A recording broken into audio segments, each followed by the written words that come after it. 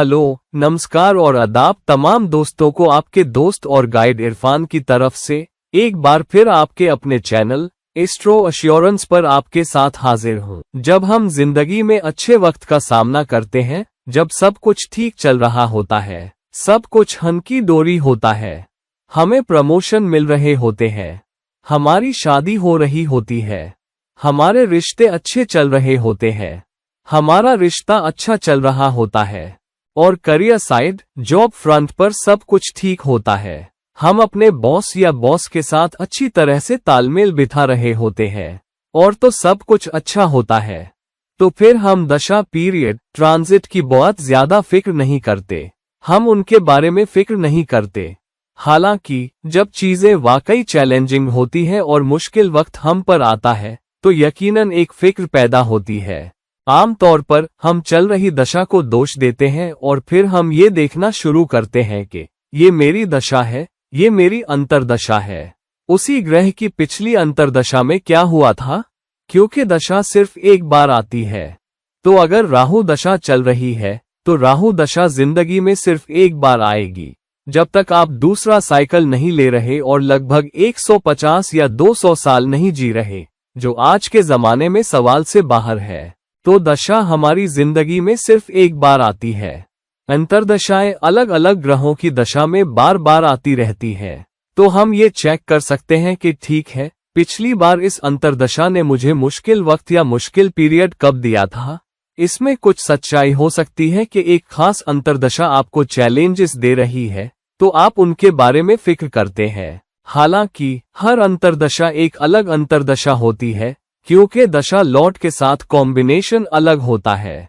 तो दशा बहुत बहुत अहम है और दशा वो है जो अवसर पैदा करती है और अंतर्दशा वो है जो इसे और ज्यादा मुमकिन या और ज्यादा प्रोबेबल बनाएगी। लेकिन ट्रांजिट असल में डिलीवरी बॉय होते हैं, वो सामान पहुंचाते हैं। तो अगर आपकी दशा और अंतर्दशा किसी तरह के पैटर्न की है लेकिन सख्त ट्रांजिट चल रहे हैं, तो नतीजे उस तरह से नहीं आ सकते जैसे हम उम्मीद करते हैं कि दशा या अंतर्दशा देंगी। ट्रांजिट दखल दे रहा होता है, तो हम दशा, अंतर्दशा और ट्रांजिट को देखते हैं और आमतौर पर हम क्या करते हैं? हम ऐसे ट्रांजिट को देखते हैं जैसे साढ़े साती, जैसा कि हम जानते हैं शनि का ट्रांजिट है, तो आमतौर पर हम चंद्रमा के ऊपर से साढ़े साती को दोष देते हैं। चंद्रमा के ऊपर शनि का ट्रांजिट साढ़े साती कहलाता है। 7.5 साल के लिए चंद्रमा से पहले वाले भाव में, चंद्रमा वाले भाव में और चंद्रमा के बाद वाले भाव में 2.5 साल हर एक और सेटिंग पीरियड, तो हम साढ़े साती पीरियड को दोष देते हैं। अगर दशा और अंतर्दशा बढ़िया है लेकिन साढ़े साती चल रही है, तो हम उम्मीद करते हैं कि कुछ चैलेंजेस आ सकते हैं, लेकिन बहुत सारे नहीं। लेकिन क्या होगा अगर हमें कैसे पता चलेगा कि असल कसूरवार न तो दशा और अंतर्दशा है और न ही साढ़े साती पीरियड? क्योंकि साढ़े साती नहीं चल रही हो सकती। शनि का ट्रांजिट न तो चंद्रमा से पहले वाले भाव में हो, न वाले भाव में, न अगले भाव में हो। शनि 3, 4, 5 भाव दूर हो सकता है और दशा अंतर्दशा भी बढ़िया दशा अंतर्दशा हो सकती है। फिर हम कैसे पता लगाएं कि कसूरवार क्या है, हमें मुश्किल वक्त क्या दे रहा है? अगर हम मुश्किल वक्त से गुजर रहे हैं, तो आज मैं बात करूंगा, मैं अलग अलग ग्रहों पर एक के बाद एक बात करूंगा, लेकिन आज मैं शनि के बारे में बात करना चाहता हूं। और मैं शनि के बारे में बात क्यों करना चाहता हूं कि वजह यह है कि शनि सबसे बाहरी ग्रह है और ये सबसे कर्मठ ग्रह है और ये कर्मठ इक्वलाइजर है और आमतौर पर शनि हमें सबसे मुश्किल वक्त देता है और वजह यह है कि शनि के ट्रांजिट लंबे होते हैं और इसलिए मुश्किल वक्त का दौर भी लंबा होगा और ये कोई जल्दी आने जाने वाली चीज नहीं है। मिसाल के तौर पर केतु दशा के दौरान हमारे पास केतु सूर्य दशा और अंतर्दशा होती है, केतु चंद्रमा दशा और अंतर्दशा, केतु शुक्र दशा और अंतर्दशा, तो ये एक छोटा पीरियड होता है। हालांकि पूरी केतु दशा मुश्किल दौर हो सकती है, लेकिन वो अंतर्दशा और दशा का कॉम्बिनेशन छोटा हो सकता है। हालांकि शनि के ट्रांजिट 2.5 साल के होते हैं और तो अगर आप दशा और अंतर्दशा देख रहे हैं, साढ़े साती नहीं चल रही है और आप शनि को नजरअंदाज कर रहे हैं तो एक बड़ा मसला हो सकता है, क्योंकि आपको पता ही नहीं कि चैलेंज कहां से आ रहा है। तो आज मैं इस बारे में बात करूंगा कि शनि कब कसूरवार हो सकता है और आप बात भूल सकते हो। हो सकता है कि आप दशा और अंतर्दशा देख रहे हो या कोई और चीज देख रहे हो। शनि ऐसा है कि शनि जिस भाव में जाता है उसके लिए थोड़ा रक्षक होता है, लेकिन शनि अपनी दृष्टियों से ज्यादा नुकसान पहुंचाता है। और शनि की 3 दृष्टियां हैं, तीसरी दृष्टि, 7वीं दृष्टि और 10वीं दृष्टि। और इसलिए ऐसे चैलेंज में जहां शनि कसूरवार होता है, किसी भाव से शनि का ट्रांजिट भी नुकसान दे सकता है, क्योंकि शनि एक भाव में से ट्रांजिट कर रहा होता है। शनि की जन्म कुंडली वाली सूरत हाल अलग है। शनि उस भाव के लिए ज्यादा रक्षक होता है जहां वो आपकी जन्म कुंडली में, आपकी जन्म पत्रिका में स्थित होता है। लेकिन जब शनि ट्रांजिट में होता है तो शनि किसी भाव में से गुजर रहा होता है और 3 दूसरे भावों पर दृष्टि डाल रहा होता है, तो शनि एक साथ चारों भावों को असर कर सकता है। हो सकता है कि जिस भाव में से वो गुजर रहा हो उसके लिए वो थोड़ा ज्यादा रक्षक हो, लेकिन उन 3 भावों के लिए ज्यादा नुकसान देने वाला हो जिन पर वो दृष्टि डालता है। मान लीजिए, उदाहरण के तौर पर आप किसी भी भाव से शनि को देखें। अगर शनि लग्न से गुजर रहा है तो शनि रिश्तों के 7वें भाव और करियर व काम के 10वें भाव दोनों पर दृष्टि डालता है। ये बहुत अहम भाव है। और शनि आपकी मेहनत, आपके उद्यम, आपके संवाद के 3रे भाव पर भी दृष्टि डालता है, जिसका मतलब है कि आपकी मेहनत भी शनि की नजर के तहत है, शनि के दबाव में है। आपके रिश्ते शनि के दबाव में है। करियर का 10वां भाव शनि के दबाव में है और शनि खुद लग्न में है, जिसका मतलब है कि आपकी मेहनत, अगर वो सही दिशा में नहीं जाती, अगर आपके रिश्ते ठीक नहीं हैं या आप अपने रिश्तों को ठीक से संभाल नहीं रहे, या करियर में, काम के मोर्चे पर आप अपनी जॉब को संतुलित या मैनेज नहीं कर पा रहे, आप प्रोजेक्ट्स को समय पर लगन, प्रतिबद्धता, धैर्य के साथ खत्म नहीं कर पा रहे, शनि जिन चीजों के लिए खड़ा है, तो लग्न असरदार हो सकता है। यानी आपकी इज्जत, समाज में आपका तौर तरीका, आपकी सोचने की क्षमता, आपकी मानसिक शांति, सब कुछ असरदार हो सकता है। अब हम आम तौर पर हम किसी भी भाव पर शनि के ट्रांजिट पर ध्यान नहीं देते, क्योंकि हम सोचते हैं कि जब 7.5 चलेगी तब देखूंगा। लेकिन आज मैं केवल दशा और अंतर्दशा देखूंगा। ये एक भूल है, क्योंकि किसी भी वक्त सभी ग्रह ट्रांजिट में होते हैं। चंद्रमा पर शनि का ट्रांजिट एक सख्त और मशहूर ट्रांजिट है, क्योंकि वो 7.5 है। हालांकि शनि का ट्रांजिट हमेशा किसी न किसी भाव पर, किसी न किसी जन्म ग्रह पर चलता रहता है। मैं एक अलग वीडियो बनाऊंगा जब शनि आपकी जन्म स्थिति पर ट्रांजिट कर रहा हो तो क्या होता है और क्या सामने आता है। आज मैं इसे एक साधारण स्तर पर रखना चाहता हूं। तो किसी भी भाव पर शनि का ट्रांजिट और 3 दूसरों पर दृष्टि हमेशा 2 अहम भावों पर दृष्टि डालेगा। लग्न में, मिसाल के तौर पर जन्म कुंडली में, लग्न में 3रे भाव पर दृष्टि डालता है मेहनत का, मेहनत को धीमा करता है, मेहनत के नतीजों को धीमा करता है, रिश्तों में गलती करने के नतीजों को धीमा करता है और आपको आपका काम ठीक न करने का मूल्य चुकाने पर मजबूर करता है। अगर शनि दूसरे भाव में चला गया है तो वो अब 4थे भाव पर दृष्टि डाल रहा है, जो भौतिक संपत्ति का है, आपकी घरेलू शांति और खुशी का, जिसका मतलब है कि घर में शांति कम हो सकती है। आपके जीवन साथी के साथ चैलेंजेस आ सकते हैं, परिवार के साथ चैलेंजेस आ सकते हैं, आपकी जायदाद से जुड़े चैलेंजेस आ सकते हैं, आपकी गाड़ी से जुड़े चैलेंजेस आ सकते हैं। कोई भी सुविधा जो आपने अपने पैसे से खरीदी है या आपको गिफ्ट में मिली है, जो कुछ भी आप इस्तेमाल कर रहे हैं, वो सब एक बादल के नीचे आ जाते हैं। फिर शनि 8वें भाव पर दृष्टि डालता है। शनि 8वें भाव का कारक है, तो शनि 8वें भाव के लिए थोड़ा रक्षक होगा। लेकिन अगर आप वो इंसान हैं जो लगनशील नहीं रहा, जो नैतिक रूप से सही नहीं रहा, जिसमें धैर्य नहीं रहा, जो अपने रिश्तों या अपने काम में सही और नैतिक नहीं रहा, आपने कट कॉर्नर किए हैं, तो शनि आपके 8वें भाव को असर देगा और सक्रिय करेगा, और 8वां भाव आपको और ज्यादा चैलेंजेस देगा और अप्रत्याशित चीजें आप पर आएंगी। और आप क्या कर रहे हैं? आप दशा और अंतर्दशा देख रहे हैं।